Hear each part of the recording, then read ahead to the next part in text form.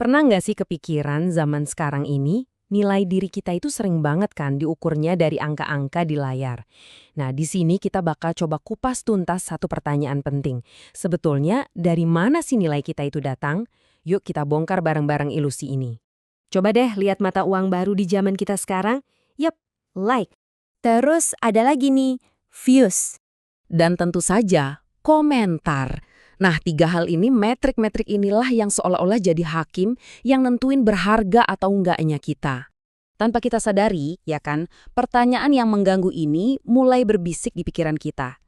Ini nih kegelisahan utama zaman digital, dan inilah yang mau kita dalami bareng-bareng. Oke, pertanyaannya sekarang, kenapa sih angka-angka digital ini bisa punya cengkraman sekuat itu di hati kita? Yuk kita bedah lebih dalam lagi. Ini dia nih paradoksnya yang kayaknya kita semua pernah rasain. Logikanya, kita tahu pujiannya jauh lebih banyak, tapi kok ya satu kritik negatif rasanya nusuk banget, lebih nyata gitu. Kita jadi takut diabaikan di dunia maya, seolah-olah kalau kita nggak eksis di sana, kita nggak ada di dunia nyata. Aneh banget kan?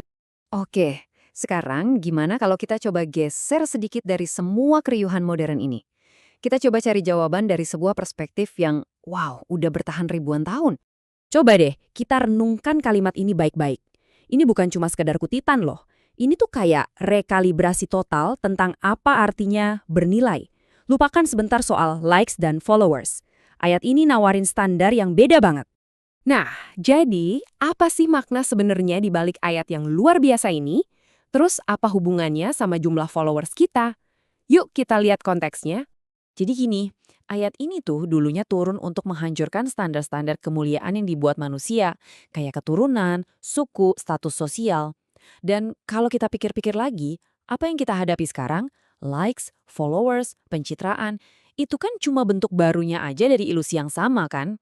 Tuhan itu benar-benar menggeser total ukurannya, dari yang kelihatan di luar ke sesuatu yang tersembunyi di dalam diri kita. Nah, kata kuncinya di sini adalah takwa. Ini tuh sebuah kualitas yang gak akan pernah bisa diukur sama algoritma manapun.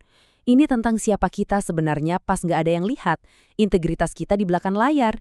Jadi nilai kita itu bukan ditentukan sama citra publik kita, tapi sama karakter pribadi kita di hadapan Sang Pencipta.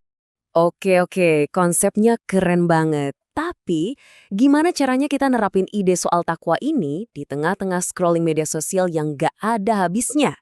Nah, ini dia. Mari kita coba bangun cara pandang yang baru. Disinilah letak perang batinnya. Di satu sisi, media sosial itu narik perhatian kita keluar, nuntut kita buat tampil, buat sibuk biar kelihatan. Tapi di sisi lain, standar takwa justru ngajak kita buat nengok ke dalam dan nanya ke diri sendiri. Di tengah semua ini, karakter gue, hubungan gue sama Tuhan lagi bertumbuh nggak ya? Dan disinilah ada sebuah kebenaran yang bisa membebaskan kita. Sesuatu yang viral itu kan sifatnya sementara banget. Hari ini naik, besok udah lupa. Satu tren diganti tren lain. Tapi, nilai yang kita bangun di atas fondasi karakter dan kesadaran akan Tuhan, itu punya keabadian yang nggak bisa ditawarin sama viralitas manapun. Beda level.